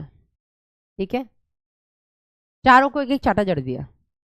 घर में चार बच्चे थे, चारों को एक एक जड़ दिया। हाँ, वासु तो मेरे से दिन भर पिटता है। दिक्कत क्या है कि वैसे मम्मियाँ शिकायत करती हैं पापा के यहाँ, हमारे घर में उल्टा है, ये शिकायत करते हैं आज मम्मी ने मारा, मम्मा ऑफिस, मम्मा ने रूम बंद कर दिया, मैं अकेला था, मम्मा वासु टीवी, मम्मा पिट्टी, और मम्मा गेट बंद, और मम्मा ऑफिस, ये हमारी शिकायत करते हैं, ये जो भी है। खैर, अब मम्मी ने चारों के एक एक जड़ दिया, चारों के जड़ दिया, चारों थोड़ी देर के लिए शांत हो गए कि मतलब आज तो मम्मी को गुस्सा आ गया, आज मम्मी ने मार दिया। ठीक है, चारों शांत। उस टाइम मम्मी से तो कोई कुछ नहीं बोला क्योंकि सुबह से बोल ही रहे थे। जैसे ही पापा घर आए, उन्होंने अंदर आने के बाद घर का माहौल देखा कि आज घर में काफी शांति छाई हुई है, काफी शांति छाई हुई है ना? सब पढ़ाई कर रहे हैं, सबसे बड़ी बात यह है कि सब पढ़ाई कर रहे हैं। ठीक है, तो पापा समझ तो गए कि आज घर का माहौल गर्म हुआ होगा, आज मम्मी का पारा थोड़ा हाई हुआ होगा, तो आज मम्मी का पारा इन सब पर थप्पड़ बनकर बरसा होगा, ऐसा पापा समझ गए। पर पापा ने उस टाइम किसी को नहीं छेड़ा। फिर समय आया खाना खाने का, सब लोग साथ में बैठे खाना खाने के लिए, और खाना भी शांति से खाया जा रहा। आज कोई नखड़े नहीं दिखा रहा, मम्मी ये नहीं खाऊंगा, मम्मी वो नहीं खाऊंगा, करते करते एक इतने में पापा ने थोड़ी सी चिंगारी छोड़ी। अब पापा ने बोला क्या बात है, ऐसा लगता है ये आज मम्मी का पारा थप्पड़ बन के इस घर में उतरा। पापा ने तो सिर्फ इतना बोला। तो पहले तो सब शांत, क्योंकि मम्मी का डर है आज, क्योंकि आज मम्मी ने थप्पड़ दिया है ना। तो सब शांत। इतने में पापा ने फिर चिंगारी, क्या हुआ बेटा? बड़े बड़े वाले से पूछा, क्या हुआ, सब ठीक है? आज पिट गए हो क्या? तो पापा, तो बड़ा वाला बोला, हाँ पापा हम ज्यादा परेशान कर रहे थे, मम्मी ने थप्पड़ मार दिया। दूसरा बोला, अरे पापा मार दिया आज मम्मी ने। तीन तो ठीक ठीक बोले कि हाँ आज मम्मी ने। लेकिन चौथा जो घर का सबसे छोटा था, पापा का लाडला था, लाडला वो मम्मी का भी है, लेकिन वो सुपर एक्साइटेड हो गया, उसको चिंगारी लग गई। अरे पापा आप संभाल लो अपनी बीवी को, इनने दुखी कर रखा है, हम तो कुछ करते ही नहीं है, ये तीनों भैया लड़ रहे थे, मम्मी ने आके फालतू में ही मुझे मार दिया, मैं तो कुछ किया ही नहीं था, मम्मी ने मेरे को इतना मारा इतना मारा, पापा मेरे को देखो यहाँ पे लाल हो गया, पापा मेरे को दर्द हो रहा है, पापा मेरे को खाना भी खाने का मन नहीं, पापा मेरे दांत में दर्द हो रहा है। वो अब चालू हो गया पापा से उनकी बीवी की बुराई करने में, ठीक है ना, कि संभाल लो अपनी बीवी को, मैं नहीं संभाल पाऊंगा, मैं नहीं रह पाऊंगा इनके साथ, ऐसे ऐसे करके वो चालू हो गया। चारों को बराबरी हुआ था ना, चारों को बराबरी थप्पड़ पड़े थे, ठीक है, चारों गलती के नीचे थे। बड़े वाले जो थे तीनों शांत बैठे रहे, ठीक है, लेकिन जैसे ही थोड़ी सी चिंगारी मिली, चौथा वाला चालू हो गया और उसने भर भर के पापा से उनकी बीवी की बुराई कर दी, ठीक है। हाँ, तो इसको हम बोलते हैं एलर्जी, कि छोटे वाले को माँ से एलर्जी हो गई है, वो माँ के साथ ना बैठना चाहता है, ना माँ के साथ खाना चाहता है, ना माँ के साथ सोना चाहता है। और ऐसा होता है, घर के छोटे बच्चे ऐसे ही होते हैं, ठीक है ना। अगर आज मम्मी ने डांट मार दी, या मम्मी ने मार दिया, मम्मी ने पापा से डांट पड़वाती, तो आज वो 2-4 दिन तक मम्मी से बात ही नहीं करेगा कि तुमने मेरी मार पड़वाई है, तुम्हारी वजह से मैं पिटाऊं, या तुमने मुझे मारा है, ऐसा करके। ये घर में होता है ना। एलर्जी भी बेटा कुछ ऐसा ही होता है। एग्जाम्पल फिर मैं एलर्जी का एक देती हूँ, समझ गए ना एलर्जी, समझ गए ना। 4 बच्चे, 4 दोस्त जा रहे थे रोड से, सुबह सुबह घूमने निकले थे, और सुबह सुबह झाड़ू लग रही होती है पूरे शहर में, है ना, क्योंकि सुबह सुबह वो सफाई वाले आते हैं, पूरे शहर में झाड़ू लगा रहे होते हैं सड़कों पे, ताकि सड़कें साफ हो, ठीक है। झाड़ू लग रही थी, 4 दोस्त दौड़ करके आए, अब उनका घर आने वाला था, वो चल रहे हैं पैदल, इतने में झाड़ू लग रही थी तो धूल उड़ करके आई, ठीक है। अब अगर धूल उड़ के आई है बेटा, तो वो धूल आपकी सांस के साथ अंदर जाएगी, है ना। जब धूल उड़ रही है तो आपकी सांस के साथ वो धूल अंदर जाएगी नाक में। अच्छा, अगर धूल के कण नाक में जाएंगे तो ऐसा हमने श्वसन वाले अध्याय में पढ़ा है कि एक नॉर्मल सा रिएक्शन हमारी बॉडी देगी, छींकेगी, है ना। बॉडी क्यों छींकेगी? ताकि जो धूल के कण अंदर गए वो बाहर निकल जाए, ठीक है। तो 4 में से तीनों ने तो केवल एक एक बार छींका, किसी ने शायद 2 बार छींक दिया, अछू अछू, लेकिन चौथा जो था वो पागल हो गया, अछू अछू अछू अछू अछू अछू, वो छींक छींक के पागल हो गया, मतलब इतना उसका पूरा मुंह लाल हो गया, उसकी आंखों से पानी निकलने लग गया, वो 15-16 बार छींक लिया होगा। चारों के साथ बराबर हुआ। जब धूल के कण आए तो चारों की नाक में गए, ठीक है। 3 ने नॉर्मल रिस्पॉन्ड किया, जो करना चाहिए था। क्या करना चाहिए था? धूल के कण गए हैं तो छींको और बाहर निकाल दो। लेकिन जो चौथा वाला था वो छींक के ही रह गया, उसका इम्यून सिस्टम पागल हो गया कि कण अंदर आया तो आया कैसे, निकाल दो निकाल दो निकाल दो निकाल दो निकाल दो निकाल दो निकाल दो, वो छींकते ही जा रहे छींकते ही जा रहे। दिस इज एलर्जी, ठीक है। समझ में आया एलर्जी क्या होता है? तो एलर्जी आपके इम्यून सिस्टम का ही एक रिस्पॉन्ड है किसी भी बाहरी प्रतिजन के खिलाफ।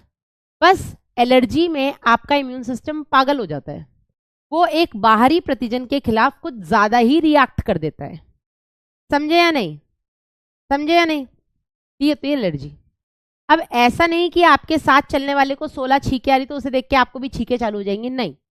तो allergy is a non communicable non infectious disease, ये असंक्रामक रोग है। आप किसी ऐसे व्यक्ति के साथ हैं जिसके पूरे दिन हाथ में खुजली होती रहती है, जस्ट बिकॉज आप उसको देख रहे हैं हाथ में खुजा रहा है तो आपको भी हाथ में खुजली होने लग जाएगी, ऐसा नहीं होता है, ठीक है ना। ये जल्दी से लिख लो।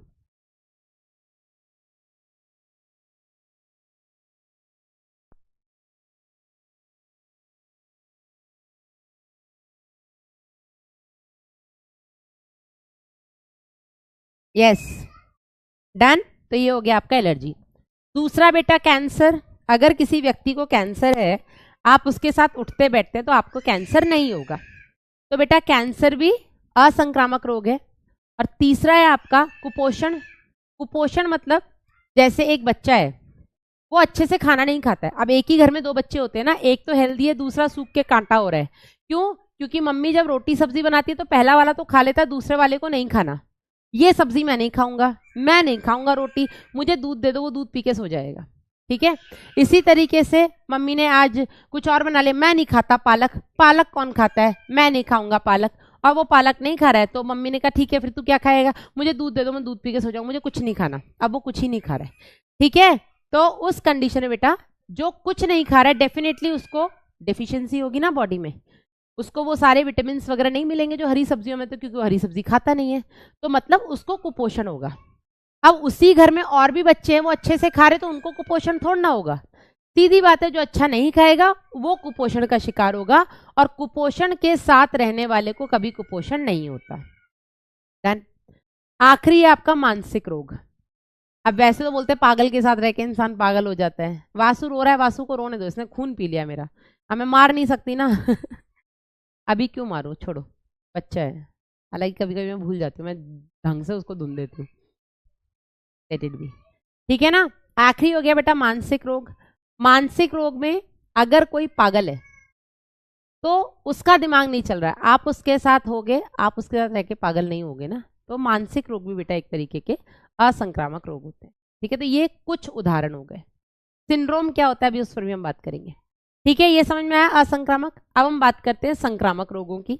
आप इसी के नीचे लिख सकते हैं, मेरे पास जगह नहीं है इसलिए मैं दूसरे पेज में जा रही हूँ। मैंने पेन कहाँ रख दिया यार, मेरे तो एक तो पेन का बड़ा रट्टा है, पता नहीं मैं कहाँ कहाँ रख देती हूँ पेन। पेन पेन पेन कहाँ है भैया, पेन कहाँ रख दिया मैंने, इसमें पेन गिर गया। चलिए, संक्रामक रोगों की अगर हम बात करें, इन्फेक्शियस डिजीजेस की अगर हम बात करें, तो जो संक्रामक रोग होते हैं बेटा ये कई सारे रोगजनक से फैलते हैं। ठीक है। ये आपके जीवाणु जनित हो सकते हैं, मतलब बैक्टीरियल हो सकते हैं, जीवाणु जनित हो सकते हैं।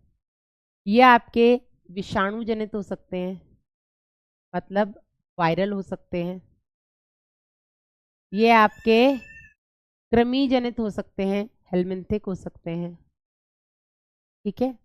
ये आपके प्रोटोजोआ जनित हो सकते हैं, प्रोटोजोअल हो सकते हैं, प्रोटोजोआ जनित हो सकते हैं। ठीक है। या बेटा ये आपके कवक जनित रोग हो सकते हैं, आपके फंगल डिसीज हो सकती हैं। ठीक है। तो ये फंगल हो सकती हैं, ये आपकी प्रोटोजोन से हो सकती हैं, ये आपकी हेलमिंथिक डिसऑर्डर्स हो सकते हैं, हेलमिंथिक डिजीजेज हो सकती हैं। ठीक है। ये आपकी वायरल डिजीजेस हो सकती हैं, या ये आपकी बैक्टीरियल डिजीजेस हो सकती हैं। ठीक है। तो जो संक्रामक रोग हैं बेटा वो किसी से भी हो सकते हैं, वो आपके जीवाणु से हो सकते हैं, विषाणु से हो सकते हैं, कृमि से हो सकते हैं, प्रोटोजोआ से हो सकते हैं, या फिर कवक से हो सकते हैं। ठीक है ना। अब कुछ बेसिक सी मैं आपको चीजें बता दूं। पहला आपका इन्फेक्शन क्या होता है, दूसरा इसको हम बोल देंगे संक्रमण, है ना, दूसरा डिजीज क्या होता है, इसको हम बोल देंगे रोग, और तीसरा सिंड्रोम क्या होता है, सिंड्रोम को हम बेटा सिंड्रोम ही बोलते हैं। ठीक है। इन तीनों में आपको अंतर पता होने चाहिए। सबसे पहला बेटा इन्फेक्शन होना मतलब आपके शरीर में रोगजनक का उपस्थित होना। ठीक है। शरीर में रोगजनक का होना। कई बार, इनफैक्ट कई बार ऐसा होता है कि हमारी बॉडी के अंदर वायरस और बैक्टीरिया प्रेजेंट तो होते हैं लेकिन वो अपने लक्षण नहीं दिखाते। Now he stopped crying and he's saying, Priya, open. Why should I open? ताकि तुम अंदर आके मेरा खून पियो। हाँ, तो सबसे पहला संक्रमण होना मतलब आपके शरीर के अंदर रोगजनक का उपस्थित होना, लेकिन इस अवस्था में कोई लक्षण दिखाई नहीं देता। ठीक है।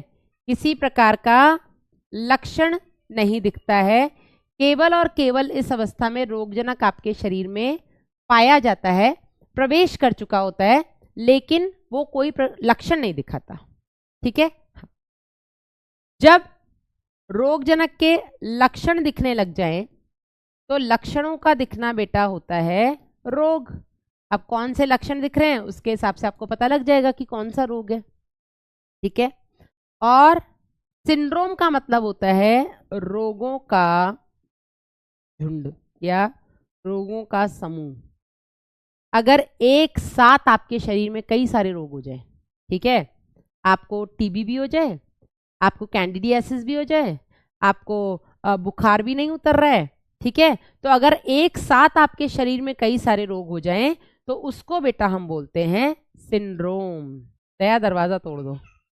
अभी दया इतने बड़े नहीं है कि दया दरवाजा तोड़ सके, पर हाँ, I can bet on this, I can guarantee this कि जिस दिन दया इतने बड़े हो गए उस दिन वो दरवाजा तोड़ के ही अंदर आएंगे। हाँ समझ में आया कि नहीं? इन्फेक्शन, डिजीज और सिंड्रोम में क्या अंतर होता है? इन्फेक्शन मतलब किसी भी रोगजनक का आपके शरीर में प्रवेश कर जाना, लेकिन अभी किसी प्रकार का लक्षण ना दिखना। ठीक है, अब जैसे कोरोना के टाइम पर ऐसे बहुत से लोग थे जिनको कोरोना से इन्फेक्शन तो हुआ पर उनको लक्षण दिखे नहीं। ठीक है, बचा कोई नहीं कोरोना से, बचा कोई नहीं है कोरोना से, बस किसी में कोरोना के लक्षण दिखे, किसी में इतने दिख गए कि वो मतलब मर गया, और किसी में कोरोना का केवल संक्रमण हुआ, कोई लक्षण भी नहीं दिखा। समझ में आया या नहीं? मैम कैंसर वाले का जूठा खाने से कैंसर होता है, ऐसा कुछ नहीं होता है। परिधि कैसी बातें कर रहे हो यार? यस,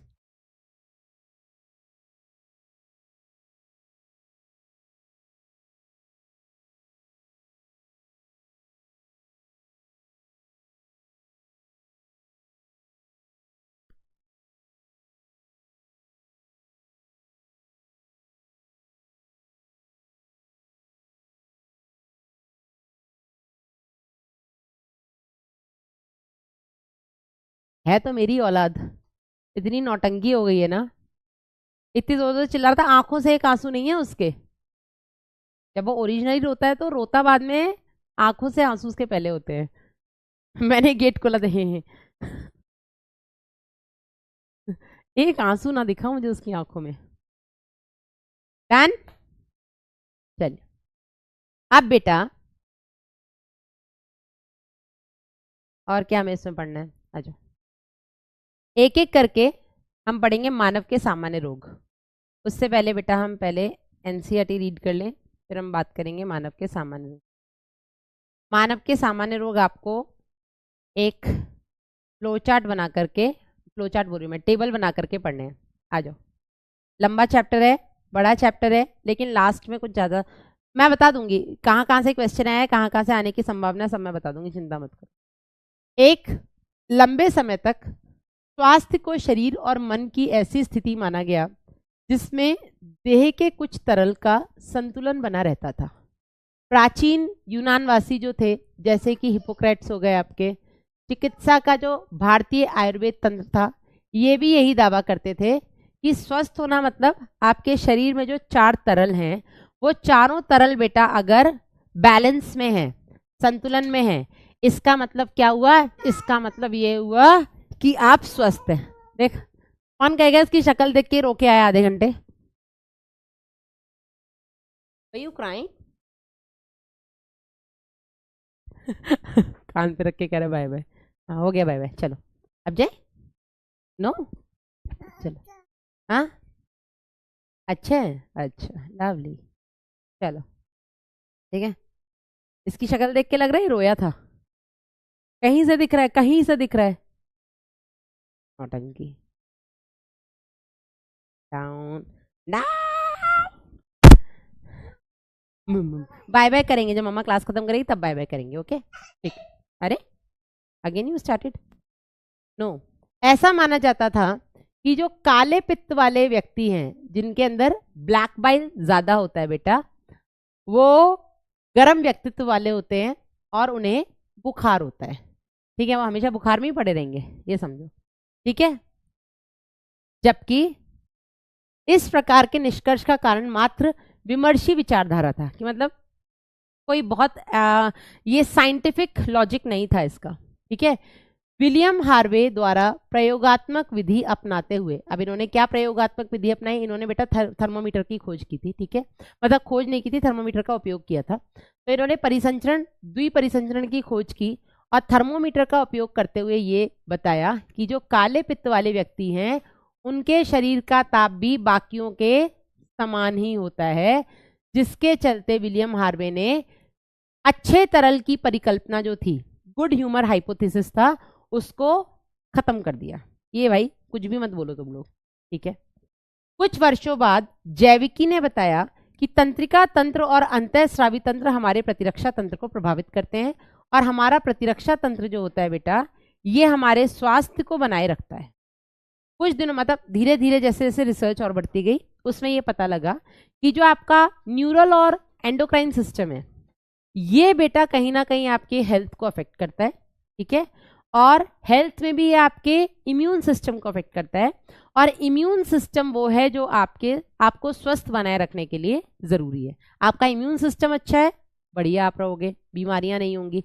इम्यून सिस्टम वीक है, आप आए दिन बीमार पड़ते रहोगे, ठीक है ना। इस प्रकार मन और मानसिक अवस्था हमारे स्वास्थ्य पर असर डालती है। निस्संदेह स्वास्थ्य कुछ बातों से प्रभावित होता है।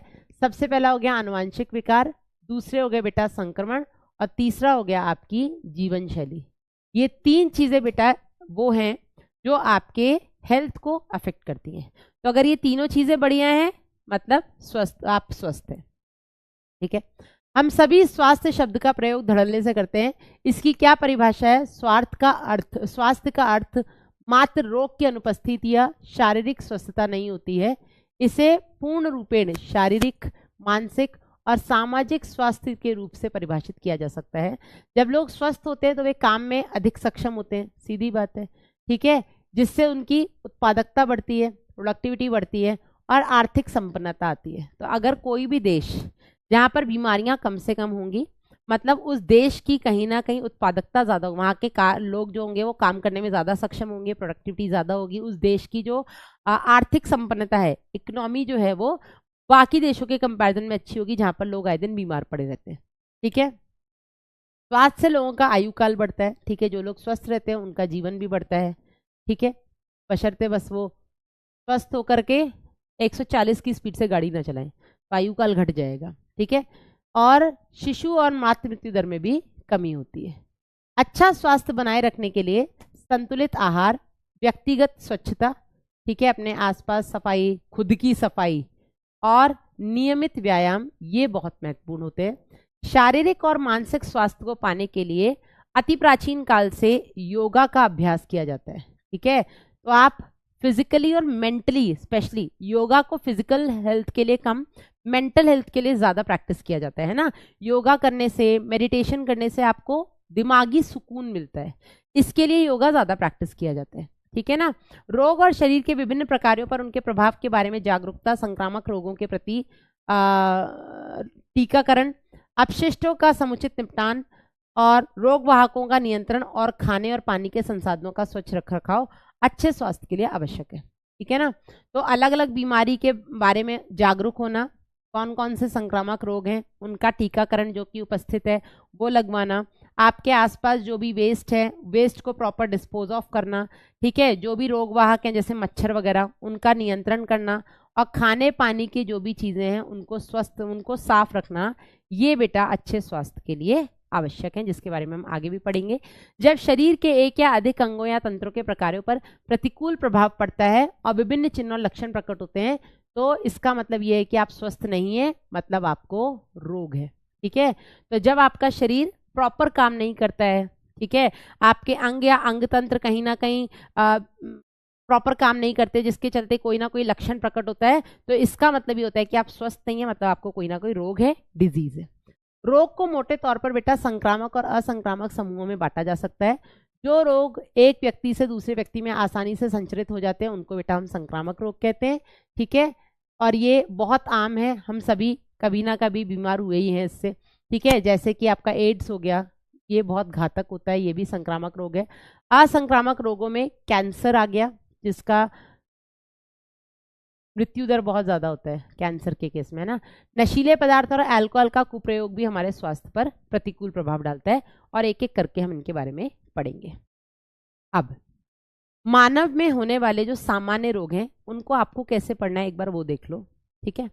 तो सबसे पहले बेटा आपको किसी भी रोग का नाम पता होना चाहिए, ठीक है।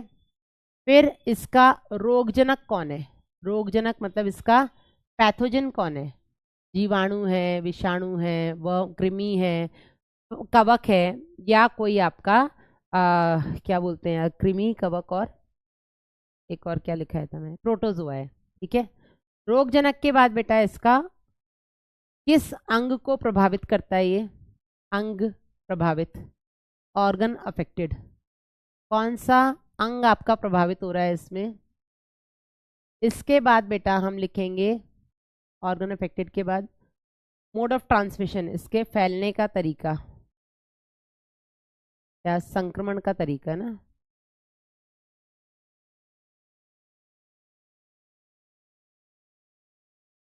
मोड ऑफ ट्रांसमिशन, और लास्ट देखेंगे हम इसके लक्षण। ये अभी मत लिखो, नहीं लिखना है तो, लिख लिया तो कोई दिक्कत नहीं है। अब आपको क्या करना है बेटा, ये आपका होमवर्क है, मैं आपको इसको कल आगे कंटिन्यू करवाऊंगी। आपको एक पेज को, मतलब जैसे सपोज ये आपका रजिस्टर है ऐसे, ठीक है, ये एनसीईआरटी अभी मेरे हाथ में, ये आपकी सपोज नोटबुक है, आप ऐसे लिखते हैं, आपको पेज को इस तरीके से टर्न करना है, ठीक है। और ऐसे टर्न करना कि मतलब ऐसे, इस तरीके, यहां से लिखना शुरू करना है यहां तक। पेज को 5 भाग में डिवाइड करना, रोग का नाम, उसके बाद रोगजनक का नाम, अंग कौन सा प्रभावित होता है, संक्रमण का तरीका क्या है, और लक्षण क्या है। आपको ये आई गिव यू मोर, आपको ये 5 कॉलम बनाने हैं, ठीक है ना। किस तरीके से, सबसे पहले बेटा छोटा कॉलम बनेगा आपका जिसका नाम है रोग का नाम, ठीक है, पहला हो गया आपका रोग, ठीक है। दूसरा हो जाएगा बेटा आपका, ये हो गया रोग, रोग के बाद हो जाएगा बेटा इसका रोगजनक, कौन सा कृमि है या कौन सा जीवाणु है, कौन सा विषाणु है जो इसको फैलाता है, ठीक है। दूसरा हो जाएगा आपका रोगजनक, ठीक है। तीसरा हो जाएगा बेटा आपका अंग प्रभावित, कौन से अंग को बेटा ये प्रभावित करता है। तीसरा हो जाएगा आपका अंग प्रभावित, कौन से अंग को ये प्रभावित, आई एम लिसनिंग। और चौथा हो जाएगा बेटा आपका फैलने का या संक्रमण का तरीका, ठीक है। नेक्स्ट हो जाएगा आपका संक्रमण का तरीका और वेट, और आखिरी हो जाएगा बेटा आपका लक्षण, ठीक है ना। इस तरीके से आपको पेज को डिवाइड करना है 5 हाफ्स में। एक मिनट, है ना।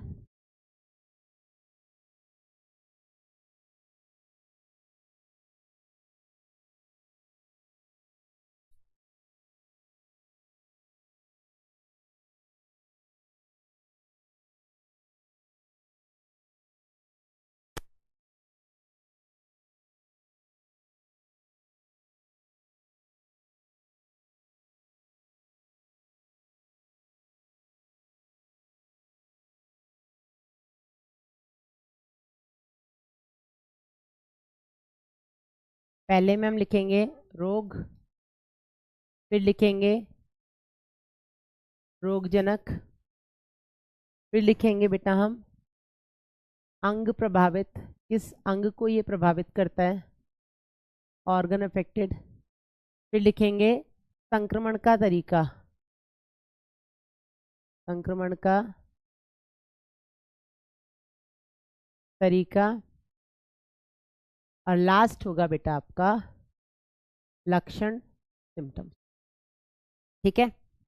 इसके बाद बेटा हम, मैम कल कौन सा चैप्टर, कल कोई चैप्टर नहीं रिवाइज कर, एक हफ्ते में एक ही करेंगे हम, ठीक है ना। इस हफ्ते हो गया आपका मानव जनन, आप लोग मानव जनन ही पढ़िए। अब बेटा हम एक एक करके रोग के बारे में लिखेंगे। तो सबसे पहला जो आपका रोग दिया हुआ है आपके एनसीईआरटी में वो है आपका टाइफाइड, टाइफाइड को टाइफाइड ही बोलते हैं ना, टाइफाइड, टाइफाइड को हिंदी में कुछ और बोलते हैं क्या, सैल्मोनेला टाइफी से ये होता है, कहाँ लिखा है, टाइफॉइड ही लिखा है, ठीक है, टाइफॉइड, ठीक है, टाइफॉइड। टाइफॉइड का बेटा जो रोगजनक होता है टाइफॉइड, वो रोगजनक है आपका साल्मोनेला टाइफी, टाइफी। और ये बेटा एक जीवाणु है, बैक्टीरिया है। किस अंग को प्रभावित करता है बेटा? तो ये आपकी बड़ी आंत को प्रभावित करता है, सॉरी छोटी आंत को प्रभावित करता है, ठीक है। ये आपकी छोटी आंत, स्मॉल इंटेस्टाइन को प्रभावित करता है, स्मॉल इंटेस्टाइन को अफेक्ट करता है। फैलता कैसे बेटा? इसका फैलने का तरीका होता है संदूषित भोजन और पानी, कंटामिनेटेड फूड एंड वाटर, संदूषित भोजन व पानी। अब हम लिखेंगे इसके लक्षण, ठीक है।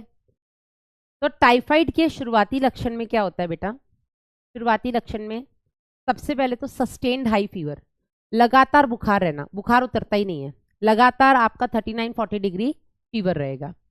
बुखार के साथ साथ कब्ज होना, ठीक है, कब्ज मतलब पेट साफ नहीं होता है, ठीक है।